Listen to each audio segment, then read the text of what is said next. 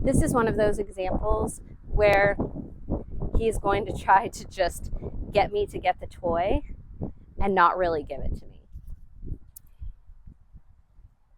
because that's the game that he wants to play right now.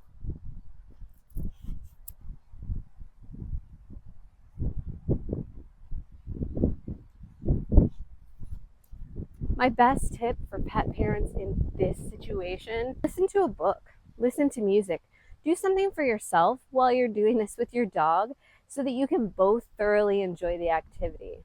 Sometimes just watching them be a goofball is enough, and other times you just need a little help to mellow out.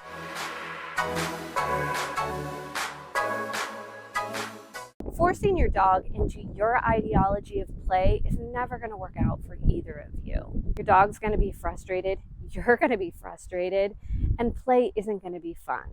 And if we're not having fun when we're playing, what are we even doing? Engaging two dogs at the same time can sometimes be difficult, and you might want to separate your dogs out for play.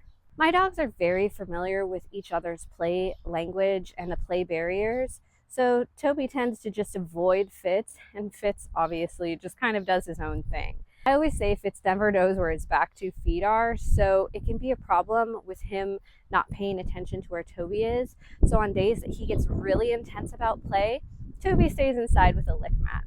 And again, that's okay. Sometimes our dogs need separate things and separate areas to decompress and enjoy their own situation. I also like to let Fitz play on the porch. I'll show you a little bit of how that goes too.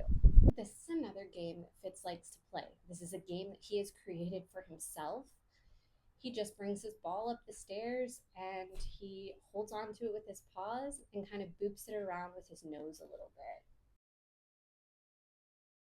As you can see, eventually the ball will fall down the stairs. He will chase it, come back up, and start all over again. It's kind of silly, but it makes him happy. So I'm not going to dictate this if this is how he wants to play. Fitz will literally do this for hours on end. And again, that's totally fine. Some days like today when it's rainy and he wants to play on the porch with the overhang, why not let him? I love that this is something that he created for himself and that he doesn't mind doing on his own. On the other side of our porch, we have our training station.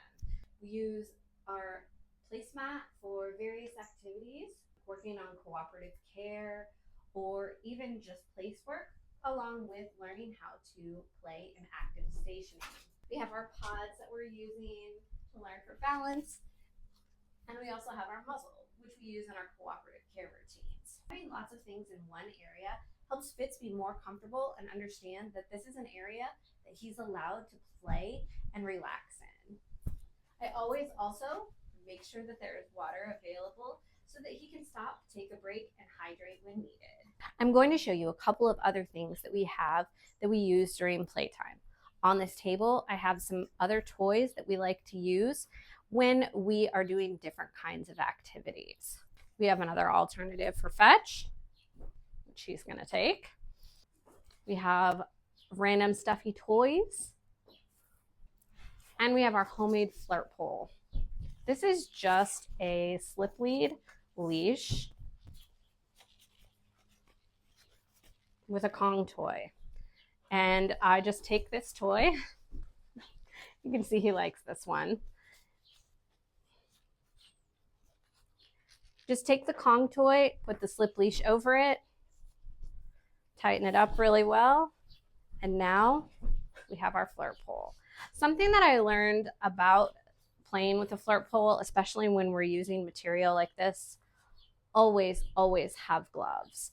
Gloves keep you from getting rope burn. It just keeps your hands safe and also gives you a better grip on the situation. When you're swinging this thing around, it can get a little bit wild, and I will show you that out in the yard as well.